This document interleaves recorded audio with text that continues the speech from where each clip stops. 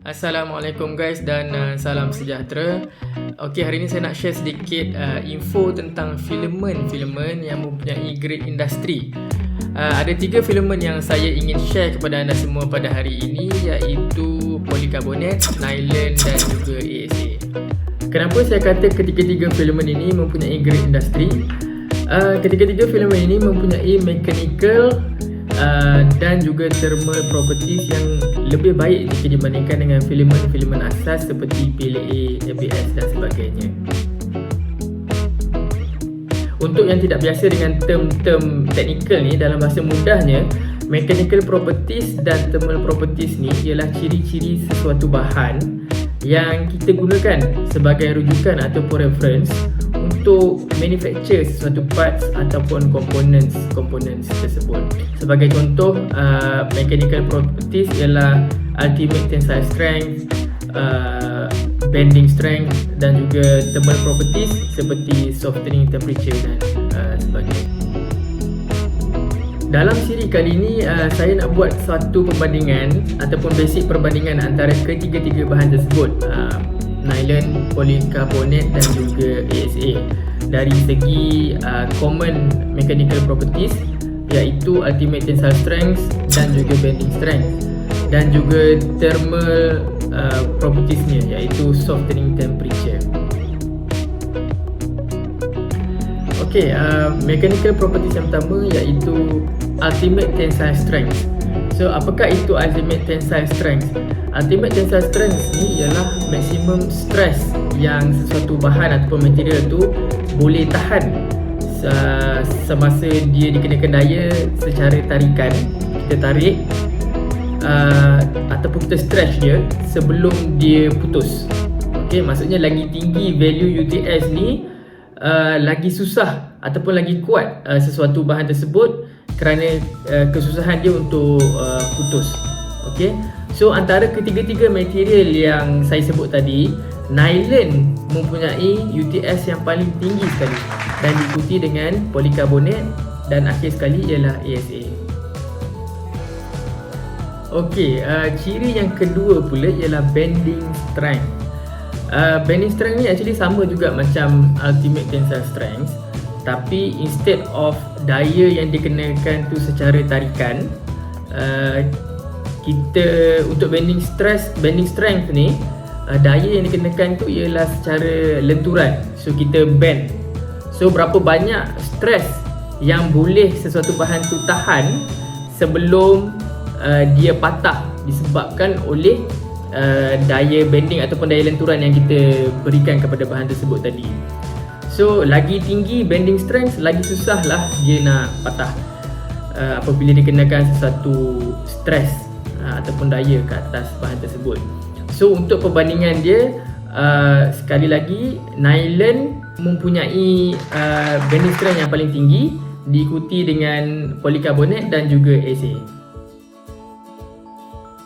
Okey, so kita dah bincangkan tentang dua mechanical properties. Sekarang ni kita akan bincang tentang satu je, thermal properties untuk ketiga-tiga bahan ni, iaitu softening temperature. So apakah itu softening temperature? Softening temperature ni ialah temperature di mana bahan-bahan ni apabila dia sampai temperature tersebut, contohnya 100 degree Celsius. Bila bahan ni sampai 100 degree Celsius, dia akan start untuk deform, dia akan start untuk membengkok, memanjang dan sebagainya, dan deformation tu ialah kekal. So dia tak akan patah balik ke original shape dia. Okay, so maksudnya lagi tinggi softening temperature ni lagi bagus. Maksudnya dia akan maintain dalam original position dia. Jadi untuk ketiga-tiga material ni, softening temperature yang paling tinggi ialah polikarbonat dan diikuti dengan ASA dan seterusnya ialah nylon. Okey, seterusnya kita akan saya akan share sikit tentang ciri-ciri istimewa yang ada pada setiap tiga bahan ini. So first kali kita akan tengok ciri-ciri istimewa pada nylon. So nylon ni salah satu ciri dia ialah dia sangat durable. Okey, nylon ni kita boleh bend, dia fleksibel, kita boleh bend dia.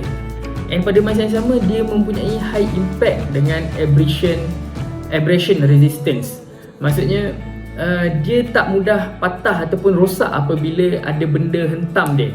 Okay, and then dia tak mudah calar sebab tu dia ada high abrasion resistance. Resistance untuk wear and tear tu tinggi.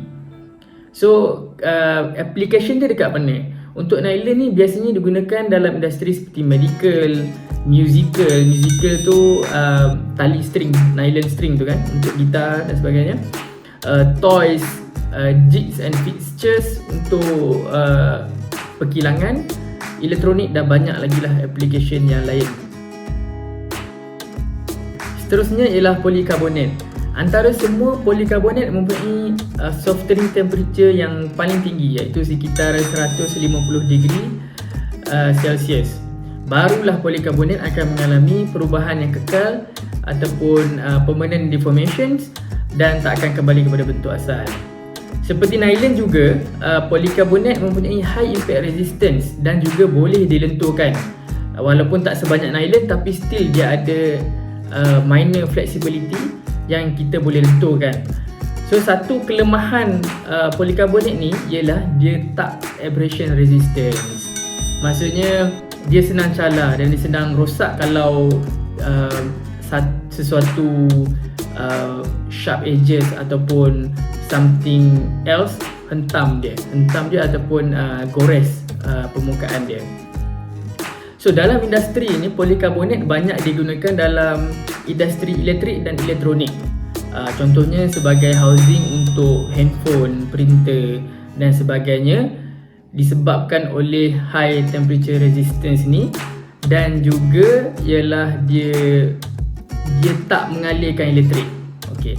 And dalam automotif juga, polikarbonat banyak digunakan sebagai interior punya parts ataupun components seperti cladding, dashboard. And then untuk exterior digunakan sebagai bumper, body panels dan sebagainya. Akhir sekali ialah ASA. ASA ni actually mechanical dan thermal properties dia sama macam ABS, kecuali untuk satu ciri saja, iaitu UV resistance. Disebabkan oleh properties ni, ASA lebih sesuai untuk digunakan sebagai aplikasi-aplikasi outdoor seperti automotive exterior parts, furnitures, outdoor electronic housings, exterior signage dan sebagainya, yang in generalnya digunakan di kawasan luar yang mempunyai pendedahan kepada cahaya matahari ataupun UV light ni.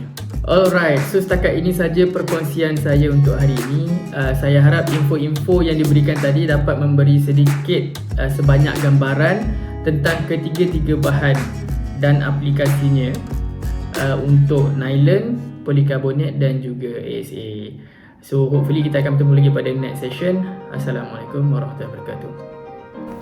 Okay guys, terima kasih kerana menonton. Kalau ada isu atau informasi tentang 3D printing yang anda nak kita bincangkan bersama, bolehlah tinggalkan di ruangan komen di bawah. Jangan lupa please subscribe.